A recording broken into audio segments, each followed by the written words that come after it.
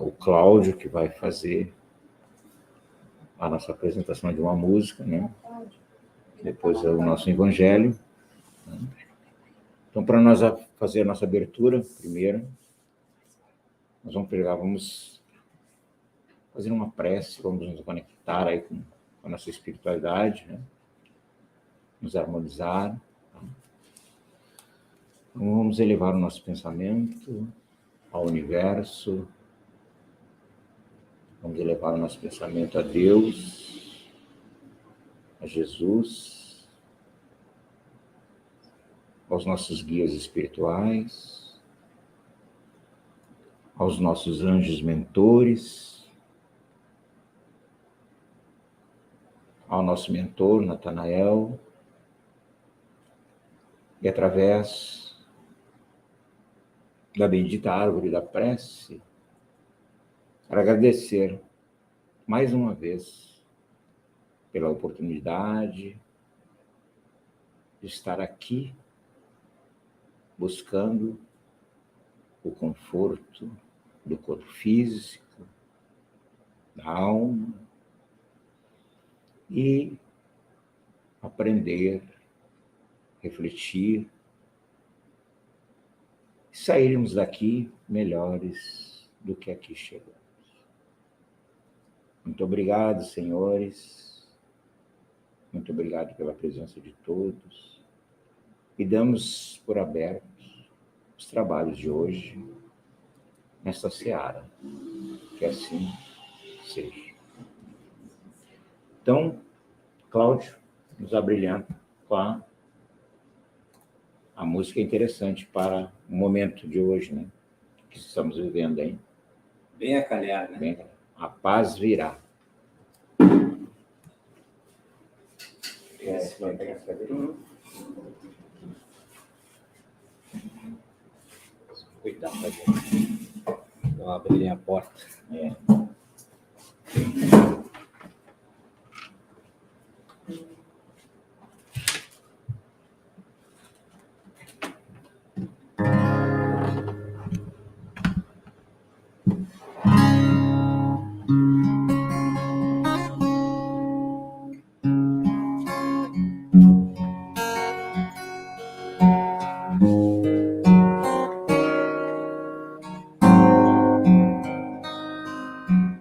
Olha um novo horizonte, na terra nasce nova flor.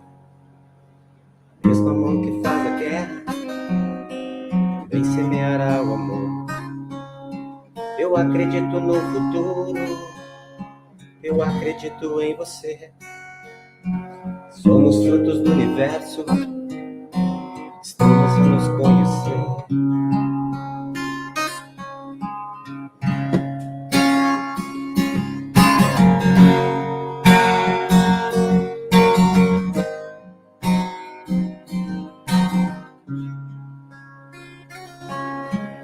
Olha um novo horizonte, na terra nasce nova flor. A mesma mão que faz a guerra, também semeará o amor. Eu acredito no futuro, eu acredito em você. Somos frutos do universo, estamos a nos conhecer. Então, te prepara, meu irmão, a terra espera e clama.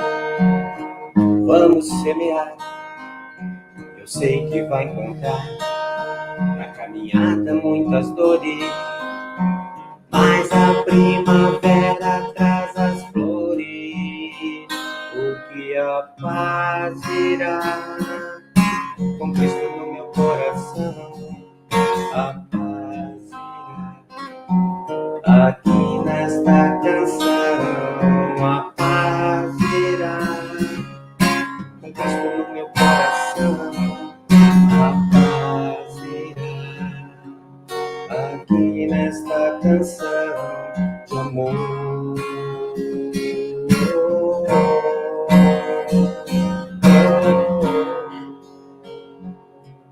Aqui nesta canção de amor.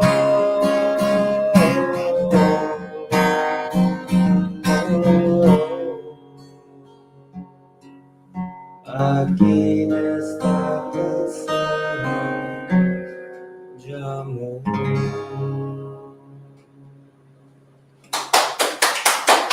Essa música é de autoria de Clóvis Marques de Oliveira. A paz virá. Nosso irmão estava bem incluído, né? Quanto tempo faz que ele fez, que ele compôs essa música? Faz alguns anos. Faz alguns anos, né? Acho Vamos que preparar. lá na 5 anos. Já naquela época ele já estava sendo intuído para fazer a paz virá. Né? Bom, dando seguimento aos nossos trabalhos, agora eu vou chamar a Cláudia Ramos para fazer o nosso evangelho.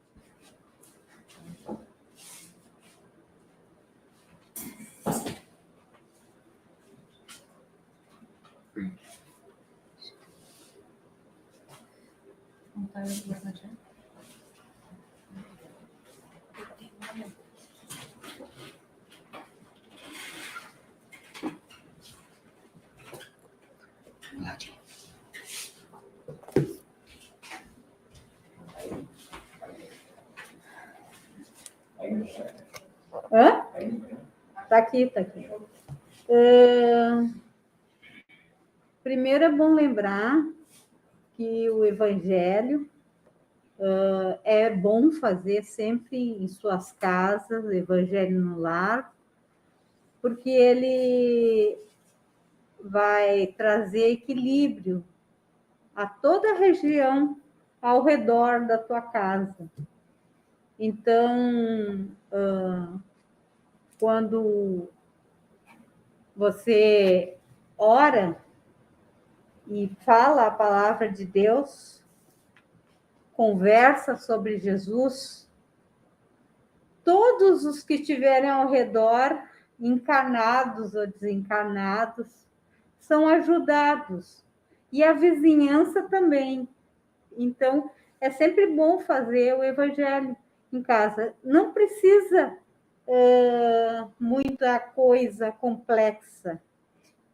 É só chegar, fazer uma oração do coração, depois pegar um texto da Bíblia ou do próprio Evangelho segundo o Espiritismo, abrir aleatoriamente e ler o livro. Vou fazer aqui, tá? Então, vou abrir aleatoriamente. Abrir o Evangelho segundo o Espiritismo, amar seu próximo como a si mesmo. Caridade para com os criminosos. Item 14. A verdadeira caridade é um dos mais sublimes ensinos de Deus, que Deus deu ao mundo. Deve existir entre os verdadeiros discípulos de sua doutrina uma fraternidade completa. Deveis amar os infelizes, os criminosos, como criaturas de Deus, às quais o perdão e a misericórdia serão concedidos se arrependerem, como a vós mesmos, pelas faltas que cometeis contra a sua lei. Pensai que sois mais repreensíveis, mais culpados que aqueles aos quais recusais o perdão e a miseração, porque frequentemente eles conhecem Deus, como conheceis, ele será pedido menos do que a vós. Não julgueis, não julgueis, meus caros amigos, porque o julgamento que fizerdes vos será aplicado mais severamente ainda, e tendes necessidade de indulgência para os pecados que cometeis sem cessar. Não sabeis que há muitas ações que são crimes aos olhos de Deus e que o mundo não considera sequer como faltas leves? Então, vamos ficar com isso para a nossa meditação.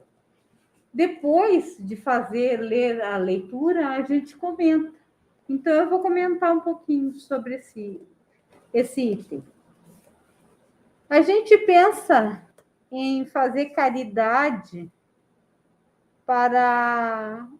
com as pessoas. Daí tu chega numa pessoa que é drogada, que é ladrão, é um criminoso, daí, eu não vou ajudar essa pessoa, não vou contratar ele para trabalhar na minha empresa, porque ele vai roubar. Ele é um ladrão. Como é que eu vou contratar alguém que rouba? Vou botar um bandido na minha casa, junto comigo, no meu serviço. Daí tu pensa, como é que ele vai ter a chance de provar que não é ladrão se ninguém der a chance para ele? A caridade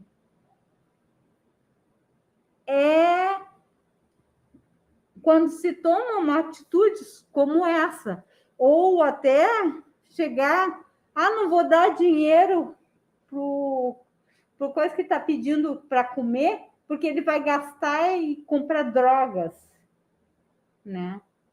A gente não pode pensar no que eles vão fazer.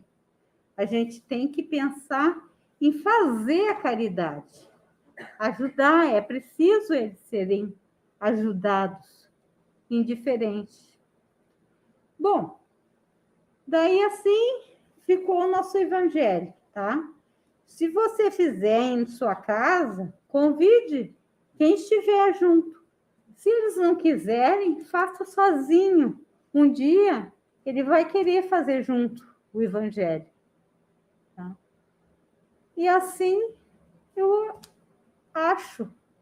acredito que vocês vão fazer muito bem para todos os presentes, encarnados ou desencarnados, que estiverem ali junto fazendo o evangelho. Que fique para a nossa meditação. Que assim seja.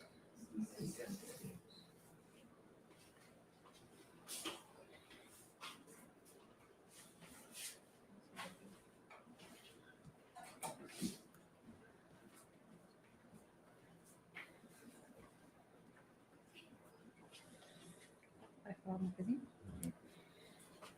Dando seguimento aos nossos trabalhos, né? Agora, a Patrícia aí vai nos abrilhantar com a palestra. O nome da palestra?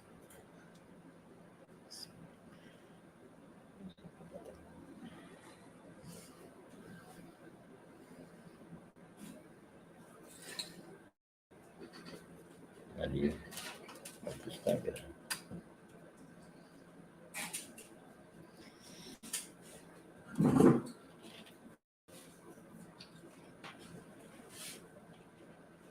Estudando o Espiritismo, causas Falando do primárias. Espiritismo. Então, com vocês, a Patrícia. Pedir licença, então, para tirar minha máscara. Boa noite a todos. Eu trouxe aqui para a gente estudar junto, então, o Livro dos Espíritos, que é o primeiro livro que Kardec ditou da coleção das 5 obras. Deixa eu botar maior aqui.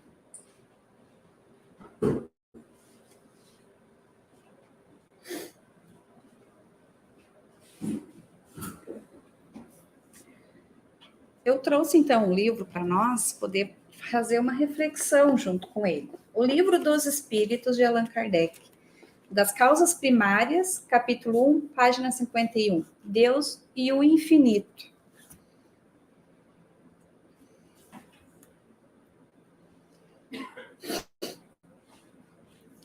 O Livro dos Espíritos é o primeiro livro sobre a doutrina espírita. Ele foi publicado na França em 18 de abril de 1857 pelo educador francês Hippolyte Léon Denisard Rivail, cujo nome nós conhecemos por Allan Kardec. É uma das obras básicas das 5 que ele ditou. E esse livro, como é um dos primeiros, é um livro feito de perguntas para os espíritos. Então, todas as dúvidas que Kardec tinha naquela época, ele perguntou tudo para os espíritos e eles esclareceram. Então, é um livro de perguntas e respostas. E a primeira pergunta que Kardec faz aos espíritos é sobre Deus. E ele pergunta o que é Deus? E os espíritos respondem: Deus é a inteligência suprema da causa primária de todas as coisas. Então, a gente parando para pensar, o que é causa primária de todas as coisas? Tudo que existiu foi Deus que fez, porque ele é a causa primária de tudo. Então, se a gente fechar nossos olhos e pensar em Deus, nessa inteligência suprema, eu, na minha visão, enxergo como essa imagem, essa luz brilhante, muito forte, que é a causa primária de todas as coisas, a inteligência suprema. Ele é tão grandioso que ele está em várias dimensões ao mesmo tempo, em todos os lugares, todos os momentos ao mesmo tempo.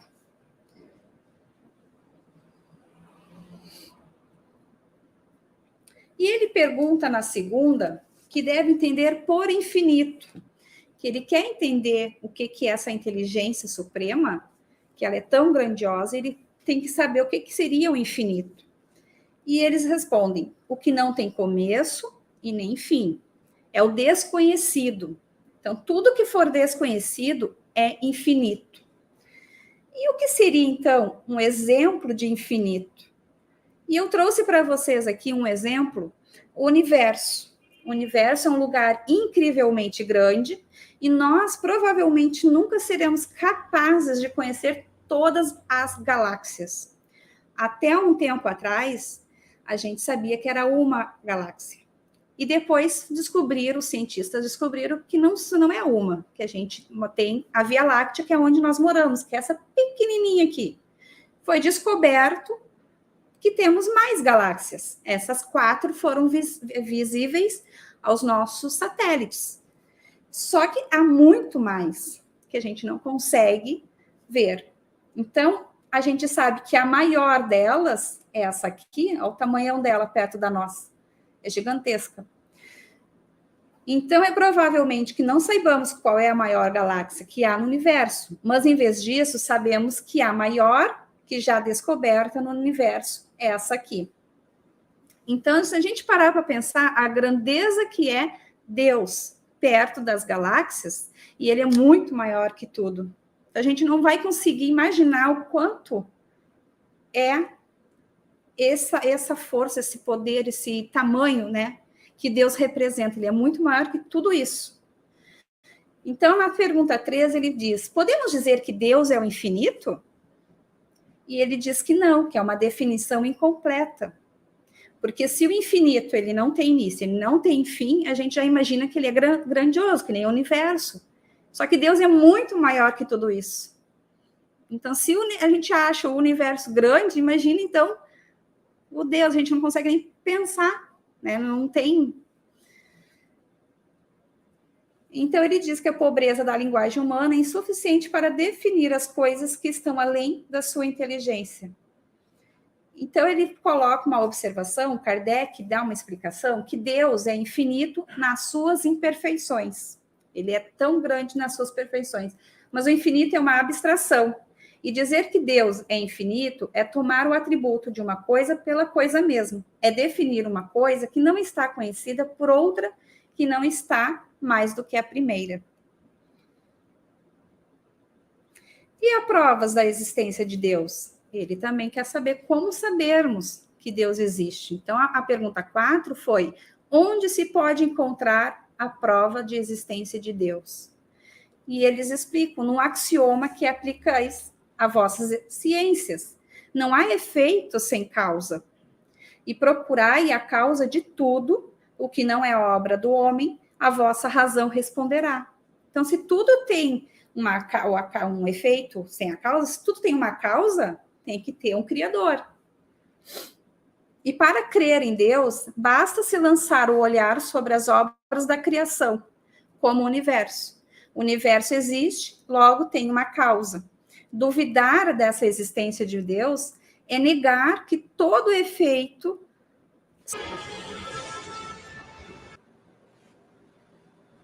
Então, por que eu trouxe esse videozinho, né? Para a gente ver a grandeza dessa criação, que a gente pode considerar a criação divina.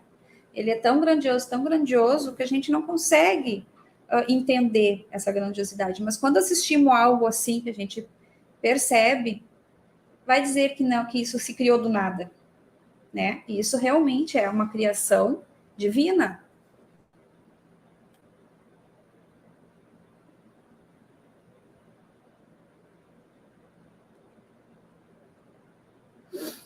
Então, para complementar aqui a minha fala, eu trouxe a nossa Via Láctea, para a gente ver a grandiosidade que é.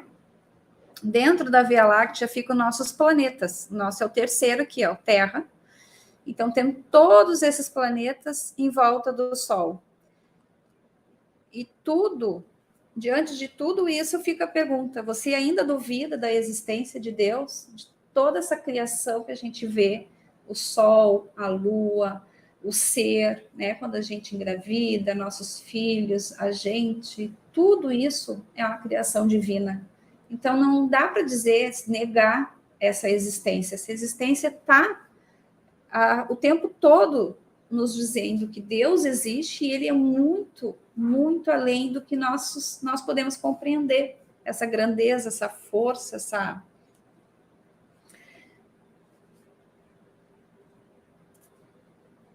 Então, ficaria... minha palestrinha acaba por aqui, seu Valdir. Quer complementar alguma? Quero agradecer a todos vocês. Obrigado, Patrícia.